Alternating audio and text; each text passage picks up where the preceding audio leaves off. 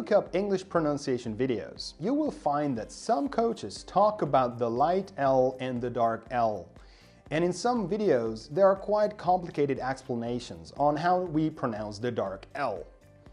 In my opinion, if you are a beginner at English pronunciation, then you should focus on being intelligible so that foreigners will understand you, even if your pronunciation is not perfect. So in this case, you can forget about the light L and the dark L. Just practice the L sound so that you are not saying an U or O vowel sound instead. Even if you pronounce the light L and the dark L the same way, native speakers will understand you perfectly. Don't worry. If you think your English pronunciation is actually quite good and you want to sound more like native speakers, then here's a simple explanation to the light and dark L.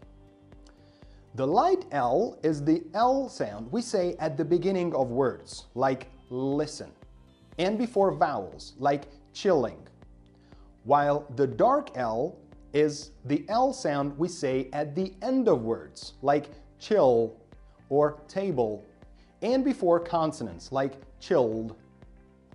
To put it simply, the main difference between the dark and the light L sounds is that when we say the dark L, we'll pull the whole tongue further back in our mouth without changing the shape of the tongue.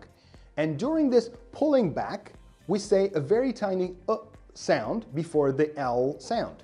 So we will say chill as chill and table as table. So the light L sounds like this, l, l, while the dark L sounds like this, o, o.